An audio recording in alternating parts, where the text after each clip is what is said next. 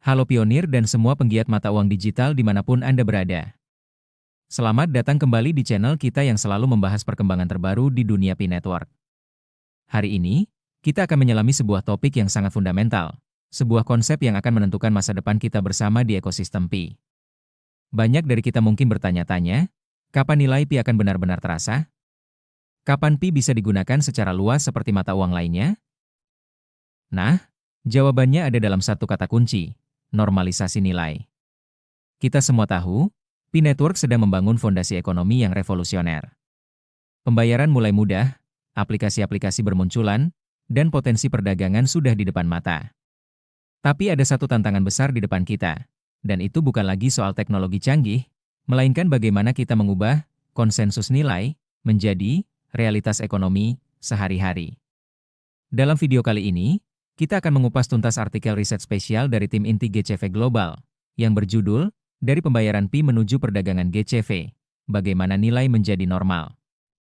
Kita akan belajar mengapa penggunaan berulang lebih penting daripada sekadar pengumuman, dan bagaimana peran kita sebagai pionir sangat krusial dalam membentuk nilai Pi yang sesungguhnya. Jadi, siapkan diri Anda, karena kita akan membuka wawasan baru tentang bagaimana nilai Pi akan benar-benar berdenyut dalam perekonomian global. Mari kita mulai. Dari pembayaran Pi menuju perdagangan GCV, bagaimana nilai menjadi normal?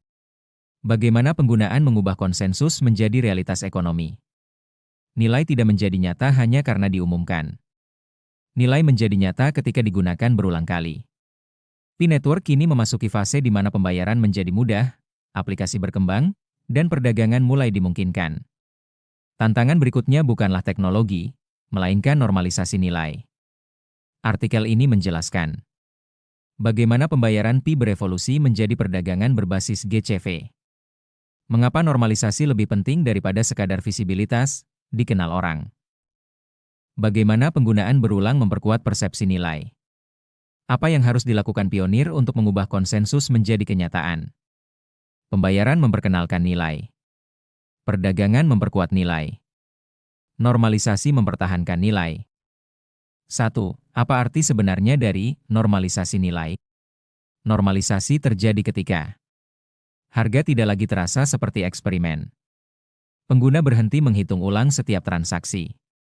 Pedagang, merchant, menentukan harga dengan percaya diri. Nilai terasa jelas, bukan lagi bahan perdebatan. Pada titik tersebut, nilai tidak lagi memerlukan penjelasan. 2. Mengapa pembayaran hanyalah langkah pertama? Sebuah pembayaran membuktikan bahwa Pi bisa digunakan.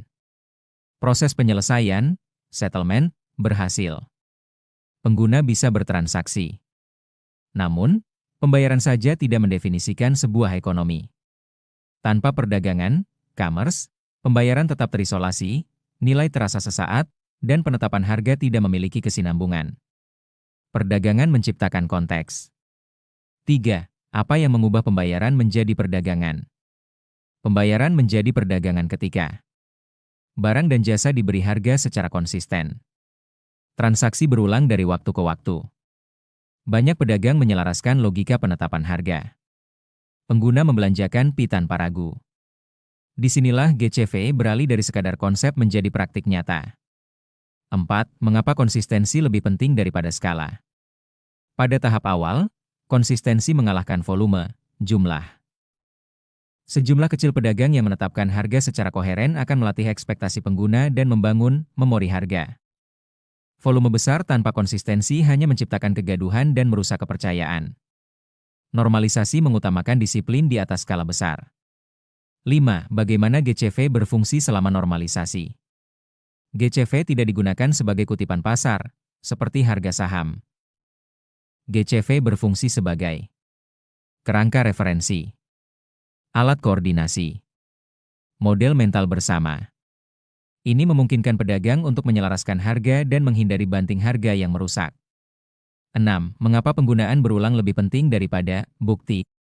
Nilai tidak dibuktikan oleh tangkapan layar, screenshot, pembelian sekali saja, atau postingan viral. Nilai dibuktikan ketika pengguna yang sama membelanjakan Pi lagi. Pedagang yang sama terus menerima Pi. Harga tetap stabil selama berminggu-minggu. Repetisi membangun keyakinan secara diam-diam. 7. Bagaimana memori harga terbentuk? Memori harga terbentuk ketika pengguna dan pedagang mengingat apa yang bisa dibeli dan dihasilkan oleh Pi. Setelah memori ini ada, volatilitas akan terasa salah, dan normalisasi akan semakin cepat. Memori harga adalah tulang punggung perdagangan GCV. 8. Mengapa normalisasi harus mendahului pasar terbuka? Jika pasar terbuka datang sebelum normalisasi, harga spekulatif akan mengabaikan nilai perdagangan, membuat pedagang kehilangan kepercayaan. Jika normalisasi datang lebih dulu, pasar akan mencerminkan perilaku yang sudah ada, bukan menggantikannya. Inilah alasan Pi menekankan perdagangan sebelum pertukaran, trading. 9. Peran komunitas dalam normalisasi. Normalisasi bersifat sosial, bukan teknis. Komunitas berkontribusi dengan mengedukasi pendatang baru, mencegah praktik banting harga, berbagi kasus penggunaan nyata, mengoreksi informasi yang salah. 10. Mengapa perdebatan memperlambat normalisasi? Debat terus-menerus tentang nilai menciptakan ketidakpastian dan menghambat pembentukan kebiasaan. Normalisasi membutuhkan repetisi yang tenang dan pemahaman bersama. Penggunaan menggantikan diskusi. 11. Bagaimana pedagang menjadi jangkar nilai? Pedagang memperkuat nilai dengan menjaga harga tetap konsisten dan tetap beroperasi. Setiap pedagang yang bertahan memperkuat jaringan dan menstabilkan ekspektasi. 12. Seperti apa normalisasi dalam praktiknya? Terlihat ketika harga Pi tidak perlu lagi dijelaskan. Pertanyaan tentang berapa nilainya berkurang, transaksi lebih lancar, dan penggunaan menjadi rutinitas. Saat nilai sudah normal, ia akan menyatu dengan sendirinya ke dalam kehidupan sehari-hari. 13. Mengapa fase ini membutuhkan waktu? Normalisasi tidak bisa diburu-buru karena kebiasaan butuh waktu untuk terbentuk dan kepercayaan tumbuh secara perlahan. Pi memilih kesabaran demi kredibilitas. 14. Cara mendukung normalisasi GCV. Belanjakan Pi jika memungkinkan. Dukung pedagang yang menetapkan harga secara konsisten. Hindari merusak nilai, banting harga. Edukasi orang lain dengan tenang. Membangun secara diam-diam. 15. Kesimpulan. Normalisasi adalah pencapaian nyata. Pencapaian terpenting Pi bukanlah tanggal peluncuran atau grafik harga. Pencapaian itu adalah saat nilai Pi terasa normal, penggunaannya terasa alami, dan perdagangan berlanjut tanpa perlu penjelasan. Ketika nilai tidak lagi perlu dipertahankan, maka nilai tersebut telah menang. Itulah cara pembayaran Pi menjadi perdagangan GCV. Nah, pionir, itu tadi pembahasan kita mengenai konsep krusial, normalisasi nilai, Pi Network. Kita telah melihat bahwa nilai tidak hadir begitu saja, melainkan dibangun melalui penggunaan yang konsisten, berulang, dan kesadaran kolektif. Memori harga, konsistensi pedagang, dan peran aktif komunitas adalah pilar-pilar utama yang akan membawa GCV dari sebuah konsep menjadi kenyataan ekonomi yang tidak terbantahkan. Penting untuk diingat, ini adalah sebuah perjalanan yang membutuhkan waktu dan kesabaran. Normalisasi adalah maraton, bukan sprint. Jadi, mari kita semua ambil peran kita. Gunakan Pi dimanapun memungkinkan. Dukung pedagang yang menetapkan harga secara konsisten. Hindari merusak nilai dan banting harga. Edukasikan sesama pionir dengan tenang dan positif.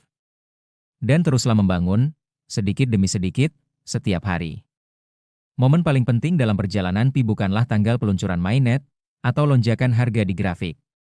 Tapi adalah saat nilai Pi terasa normal, penggunaannya terasa alami, dan perdagangan berlangsung tanpa perlu penjelasan panjang lebar. Ketika nilai tidak lagi perlu dipertahankan, saat itulah kita telah memenangkan pertarungan. Terima kasih telah menemani saya hingga akhir video ini. Jangan lupa untuk like, komen, share video ini agar lebih banyak pionir yang tercerahkan, dan tentu saja, subscribe channel ini agar tidak ketinggalan update penting lainnya. Sampai jumpa di video berikutnya, dan teruslah menambang, teruslah membangun, dan teruslah percaya pada visi Pi Network. Salam pionir.